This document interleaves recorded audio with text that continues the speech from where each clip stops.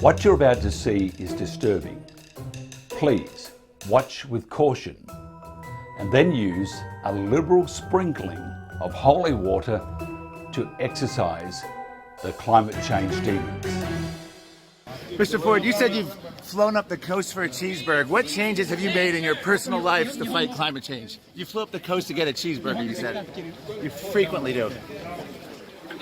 What's your comment? I'm a vegetarian now, thank you. Now, okay. We're here outside the United Nations Climate Summit in Madrid, and we see a lot of vegan, don't eat meat, be vegan, go green, save the planet.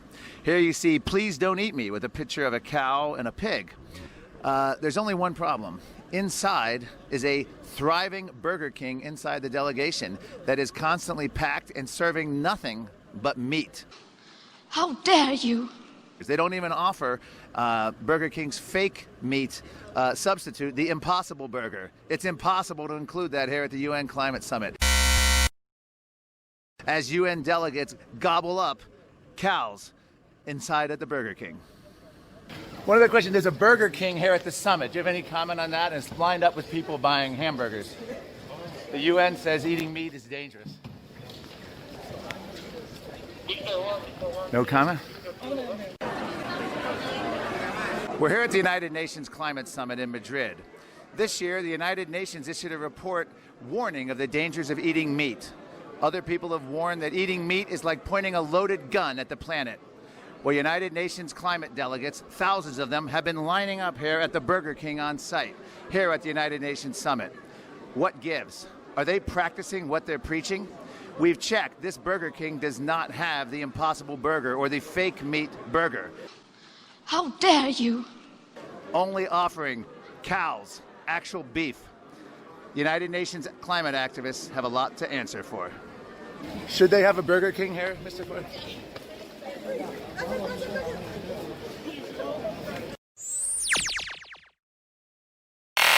Marc Morano, thank you for joining us. Thank you, Mike. Happy to be here today. Look, tell us more about CFACT and the work it does.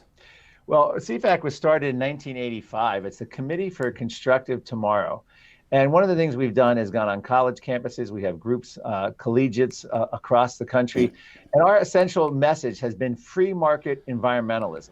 And we've been doing that for decades. I joined in 2009 after working for the United States Senate Environment and Public Works Committee.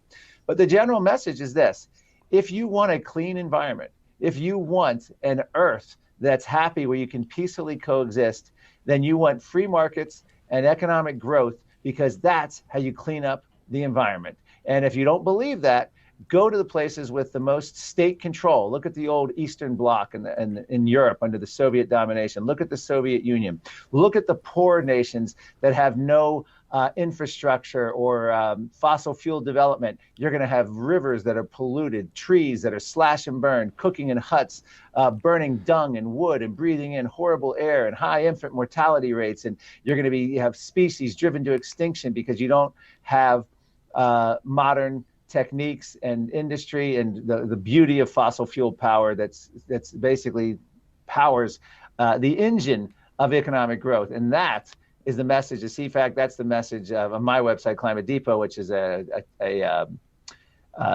project of CFACT. Climate Hustle 2 is about the global warming scam, the powerful forces behind it, the creation of a climate monarchy. Who are the monarchs and what do they want?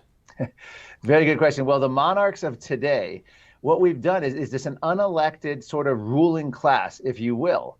And the monarchs are everyone from Prince Charles to the United Nations chief, to the UN climate chief, to Al Gore, to all the media outlets which promote the so-called climate emergency. And essentially, there's one set of rules for the ruling class. We're finding this with, the COVID lockdowns in America. Mayors, governors are literally stripping away people's ability to get together during holidays, and yet they themselves are traveling, violating the rules, going out to restaurants to eat, going out without masks, all this stuff. The same rule there, where in climate world, the former UN climate chief, Rajendra Pachauri, said he lived at 30,000 feet, flying around the world, fighting global warming. Leonardo DiCaprio, the same thing, said he'll fly anywhere in the world to battle global warming. where he's needed.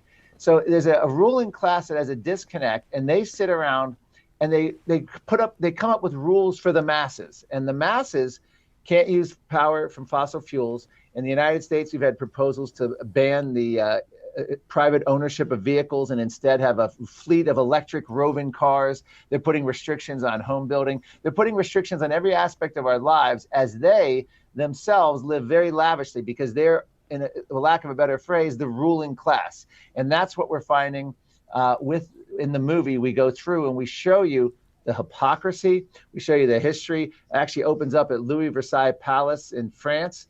And we talk about how essentially the ruling class is going to be controlling the masses in a vision that they have. It's an ideology they're imposing upon the world with climate and now with COVID as well. And COVID and climate are merging.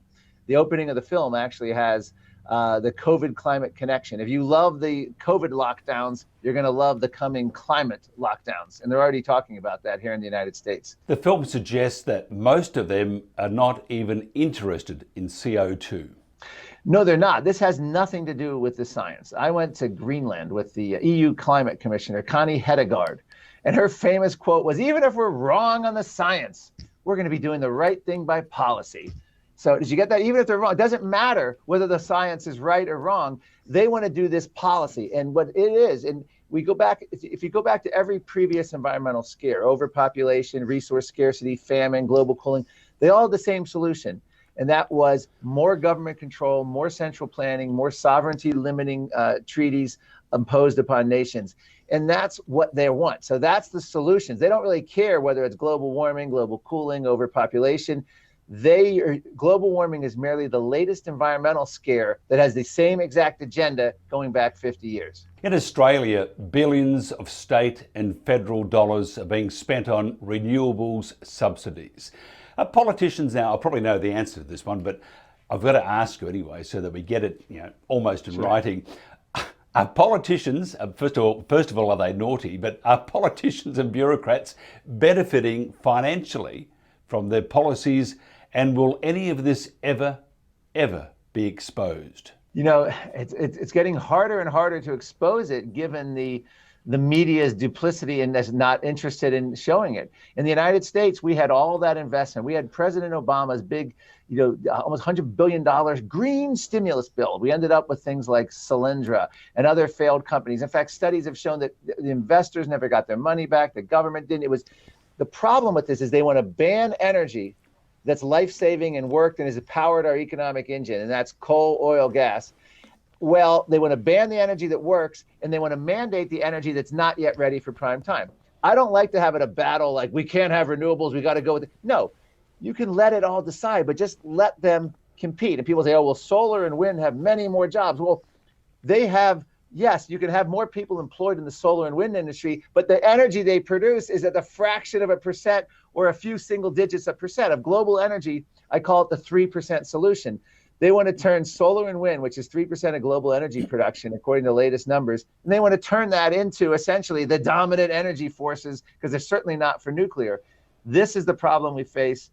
It's not based on reality. And what they want to do essentially is crash economies and remold society. And that's what, when I go to these UN summits, they talk openly about planned recessions to fight global warming and degrowth movement. And by the way, what is a COVID lockdown but a planned recession? What is the Green New Deal but a planned recession?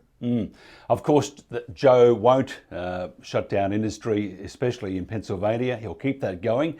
Hang on, I just saw a pig fly by, so we'll give that one a miss. Look, can you explain, there goes another pig, can you explain the global reset, its ultimate objective, and its most powerful advocates? Most powerful advocate, well, starting as Klaus Schwab. And Klaus Schwab, he's the founder of the World Economic Forum. In June of 2020, this year, he announced that the global reset of capitalism. And he basically said, we cannot allow a return to the new normal. And Joe Biden has said, we're going to build back better. There have been other phrases, net zero has been accused. They're all essentially one of the same thing. They're going to remake society. They've waited. In much the way anyone, people call them ambulance chasers and others, they wait for some kind of issue or crisis to come along, like a bad weather event in climate or like a virus and COVID. And they're using this great reset concept to come in and essentially collapse the system and then rebuild it in their image. And that image is something they've had in mind for decades. The World Economic Forum, which is at the heart of this, is going to have a summit in Davos, Switzerland. Al Gore is coming with a lot of his organization. Prince Charles attends them. This is what we talked about originally, Mike, the monarchy. They're coming together and they're planning what we, the masses, are going to live like. And they actually say, in a few years, you will not own private property, but you'll be happy. That's a World Economic Forum video that's out. So essentially, by taking away all the small independent businesses right now through lockdowns and eventually through climate emergency restrictions and lockdowns and the same thing through Green New Deal, they're getting rid of anyone who might dissent. So all we're going to be left with is big corporations, the Facebook, the Google, the Walmarts, and chain stores. And they're the ones that are going to go along with the Great Reset. And by the way, they're already talking about things like immunity passports. Here in the United States, you won't be able to go to a concert. Employers in Europe are going to demand a vaccine before you can get a job. They're talking about social credit system, sort of based on the Chinese system, where you're going to be evaluated as a citizen. And if you're not, wearing your mask, social distancing, supporting the lockdowns, have your vaccine, got your test, and you're not going along with the system, you're going to be an outlier in the system, and they can punish you because they're all going to be one. And that's the thing that we found with the riots here in America. Everything from every corporation went on board, the boards, they're all woke, to use that phrase, and we're crushing all the independents. And they don't care if they destroy the restaurant industry or economies, because then they replace that with government checks. So we're already seeing that universal basic income, the guaranteed annual income from government. That's one of the big tenets. And what a better way to get that, by crushing endless lockdowns, killing people's economic life. But hey, you get big checks from the government, and they own you at that point. It's really interesting, the global reset. They've got to have a media arm, and in the US, for example, 90% of the media is run by basically 6 corporations. What more do they need? Because like a good advertising campaign, you never see one spot, you see 30 or 60 or 100. And if you keep telling and ignoring the facts, what happens at the end of the day is that, like a good advertising campaign, it works. It absolutely works. It's, I think you're referring to when this whole, the COVID-19 lockdown started back in March. All the corporations, there was a video out that literally put about a dozen or more of all the major corporations in these uncertain times. It was literally the same phrases, images. It's this sort of corporate speak that descends. And they don't like the independent shops. Here in the United States, New York City, a restaurant owner opened in defiance of the governor, just said, we're going to have indoor dining. And they ended up sending in squads of police, undercover officers, arrested them, shut it down. They do not allow the dissent. And interestingly, the people making these decisions, we opened up talking about the monarchy, in terms of lockdowns, and I keep talking about lockdowns because it's the greatest tool of the regulatory state probably in 100 years. I can't think of anything better. And this is like the greatest tool they could ever have. Scare the public. You're going to die unless you follow this. But the lockdowns are crushing everything about liberty, freedom, and we literally gave up all of our rights overnight almost, and they were not done with a vote. All these were mostly done by public health bureaucrats who we never knew their name and via executive order.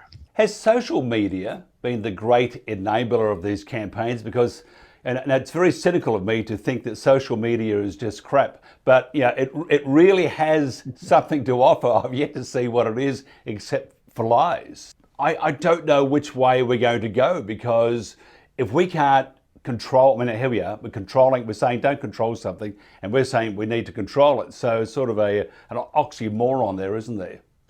It is. There's a couple of issues with the social media. I too at one point thought, well, if you don't like Twitter, you don't like Facebook, just go to the competition. It doesn't work that way. They crush all the competition. They were given a special exemption by the government to be able to do this. So and the analogy was, if Ma Bell, if you had a telephone in the 60s and 70s, it'd be like equivalent of them monitoring your private phone calls and then telling you can't say this, your phone privileges are taken away, you can't talk to this person, you're not allowed to do that, we're going to put a warning label on your next call. They were given all of these protections by the government because they were supposed to be free, open, and unfettered. That's all radically changed just in the last few years. Now, if you say something against lockdowns, you get a warning saying that YouTube, for instance, if you say anything that's not in agreement with what the World Health Organization claims on COVID, you will be banned. Your video will be removed. The World Health Organization, run by a guy named Tedros, who's declared global warming the greatest threat in 2018, is one of the most political organizations dominated by Chinese influence. And YouTube has decided that if you say anything that disagrees with one of their conclusions, you don't have a voice on the social media. So it is a huge problem. This is how they're crushing our ability to even dissent at this point. Now, look, because you disagree with everything that they're saying, and basically you are just despicable and, Yes. and probably most evil, so I will send you over a bottle of holy water later on just to gargle on. But I mean, I need to know, because we've got to find out these things. What sort of censorship have you experienced? I would imagine the full gamut, and that's why you're loved so much. Yes, I mean, I've been shadow banned on Twitter. We had our movie Climate Hustle 2 out. It was very difficult to get it through, all the social media sites. I mean, they just absolutely crush constant dissent. I have been invited. There was a time where I was invited on CNN probably more than a half a dozen times to debate Bill Nye. I ended up debating him twice, but once on CNN, once on Fox. But it's amazing how every single time they would do it, then it would go up the decision chain and they would then cancel me from being on the air. I've had so many debates where I've showed up on a TV station and the other opponent has canceled at the last second, and my appearance is either canceled or they have put me on for a very short segment. And same thing. I have a book out, Politically Incorrect Guide to Climate Change, which ran into a lot of the same type of stuff where people say the book where it's placed. There's all sorts of subtle things they do, but mostly right now, YouTube, Facebook, Twitter, social media, they can just wipe out a message they don't like. And that's why you're seeing things like Parler grow up, come up and try to compete with it. But it's very interesting to see. I don't know that is going to be able to happen. Only because things like Parler, it turns out to be an echo chamber. It's just talking to other, fellow free-thinking people who don't want that censorship. But you sort of lose the impact when you leave the main things. But they are really doing a good job of silencing dissent on these platforms. Now we get to the China. We say in Australia the China issue. Yeah. What do you make of China's role in the global warming scam? Do you think, again, I may be shocked with your answer here because I think they're wonderful people. I mean, the government CCP is just a model government for our future. Do you think they've benefited enormously from the global warming scam? Because they are practicing it, aren't they? They're installing brand new state-of-the-art coal stations. Yes, they are. They just keep cranking out the coal stations. They are eager to sign on to the UN Paris Climate Pact. Why? Because they didn't have to do a darn thing. There was an analysis that showed it would take, about 2030, their emissions would peak and then stabilize. So China said, hey, maybe 2030 we'll peak our emissions. They did nothing different. So they get to continue to do this, whereas the United States under President Obama took all these most severe commitments. China is the model for the climate activists. People like Paul Krugman in the New York Times has written that the Chinese government, with their one-party rule, can just do what's right for the people without all the roadblocks and all the dissent and all the stalling tactics. In other words, they don't like the messiness of democracy. So the climate activists love China, and the COVID activists, frankly, love China. And that's how we got the lockdowns. Remember, just to keep in mind, lockdowns never existed in any of the public health protocols prior to the COVID-19. But we saw the propaganda videos from China, people getting nailed into their homes, people dropping dead in the street. And by golly, that was coming, and we had to lock down too. And this is the way China, through the World Health Organization, has literally reshaped the world. And they're going to greatly benefit because China is going to be the manufacturer of the world and probably the lone superpower one day here. What other means could be used to support the global reset, such as, because we've enjoyed this pandemic so much, maybe another wave or a new pandemic? Is that another way of supporting the global reset? Yes. I mean, here's the bottom line. The climate activists are jealous. They spent decades. Oh, the polar bear this, or oh, look at that, or Florida could be underwater, or all the islands are going to disappear, or oh, it's going to be so hot that people are going to die in 2070 from some heat wave, and never heard of air conditioning. But none of it had an impact. You had Greta Thunberg. That was her last cries at the UN summit, just frustrated, telling the UN reality that no one really was that concerned. And even Gallup polling in the US from late 1980s until current time, concern and worry is the word. Worry over global warming never changed. People could say, oh yeah, I believe in climate change is a different question, but none of that changed. So what happened was they got jealous when COVID came along. COVID has been so successful, it's hard to believe they're going to let that go. I think what's going to happen is climate issue will now become secondary and part of the COVID issue. And we already have our climate envoy, John Kerry, set to take over here in the United States. And he has said that zoonotic diseases, in other words, diseases that come from animals, will increase. And that will cause, unless we do something about climate change, because we're encroaching on the animal world or some such thing. So they're going to now say we have to solve climate because climate will make viruses worse. But I do believe that the viral threats have been what the progressive regulatory left has been looking for 50 years. They found it, and they're not letting it go for anything in the world. They're going to keep this going indefinitely. This is their dream state, regulating every aspect of human life down to weddings, funerals, backyard barbecues. They're not giving it up. Well, I'm a bit disappointed. I heard that word, or the words, backyard barbecues. Now, that's a national pastime down under. So yeah, we'll have to call out our army. Now, we got submarines, by the way, at the moment, which are 50 years old or whatever, but we do let the enemy know that we're coming. So they're pretty noisy things. Hey, look, what can be done to dismantle these threats to democracy and personal freedom? It's really hard because you've got, as I said, 90% of the media, if not more, are spreading the word out. They're just pumping this information out. They're demonizing people like yourself. I mean, I'm amazed that you have electricity right now. Maybe they've turned off your windmill. I mean, how do we get the message out? How do we stop this from happening? Don't laugh. I mean, in California, if you have a party in your house and you exceed the whatever it is, 8-person, 10-person limit in the different households, they're cutting the water off. They're stopping your utilities, your electricity. This is the Chinese social credit system. This is what they've invented in China. It's spreading around the West. You have to be a good citizen, the dutiful citizen. How do you fight it? You've got to set the terms. You've got to go after the narrative. One great way, President Trump had a guy named Dr. Scott Atlas, who essentially replaced Fauci as his lead COVID advisor. Dr. Scott Atlas got it. He railed against lockdowns. He railed against case counting. The whole COVID thing, we have it wrong.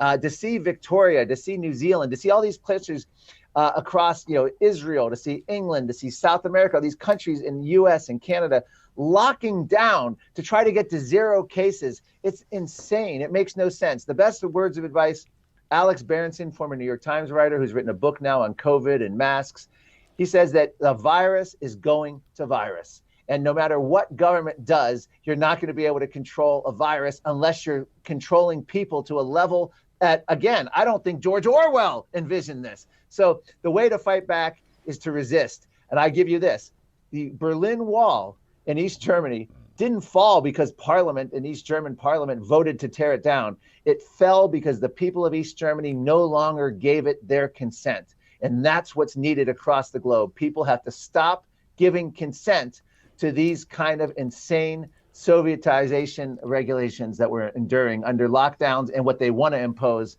for the climate emergency. Now, if somebody wants to find out, Marc, how to get hold of Climate Hustle or Climate Hustle 2, how do we do that? You go to Climate Hustle 2, the number or the word.com, climatehustle2.com. You can actually watch Climate Hustle 1 and 2 there. You can get a DVD there. And my website, climatedepot.com. I have the special report on the Great Reset at the top of the page.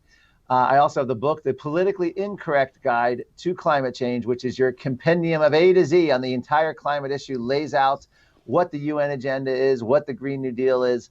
And you'll find out kids are indoctrinated from kindergarten through college. You'll find out about the hypocrisy. You'll find out all about every issue from polar bears and floods and hurricanes and droughts and tornadoes and CO2 levels. And I interview Nobel Prize winning scientists, and I have Ivy League scientists, I have former NASA scientists, I have former UN scientists, both in the Climate Hustle 2 movie and in the book. Described lovingly as one of only 5 criminals against humanity, against planet Earth itself, and, this is the part I love, a bombastic foe of the Greens. Love it. Marc Morano, thank you very much. Thank you, Mike. Appreciate it. Nearly every day, we hear dire predictions about climate change from the media establishment, Hollywood, and politicians. They tell us that the world is coming to an end because normal human activity is raising the temperature to dangerous levels. To avoid a hellish apocalypse, they warn us we must immediately change our lifestyles and our very way of life. But are these sensational claims based on solid empirical science? Do the facts line up with the hype? Well, an increasing number of scientists are becoming skeptical. We covered what many of these scientists had to say in our first groundbreaking film, Climate Hustle. From overhyped claims about severe weather events, temperatures, rising sea levels, and even disappearing polar bears, Climate Hustle peeled back the hype and looked at the facts. Facts that simply don't add up to any reason for alarm. So this begs the questions. Why would those claiming a global warming catastrophe spread a false narrative? What would motivate them? Why would they try to hustle you? Are they trying to control the climate or you?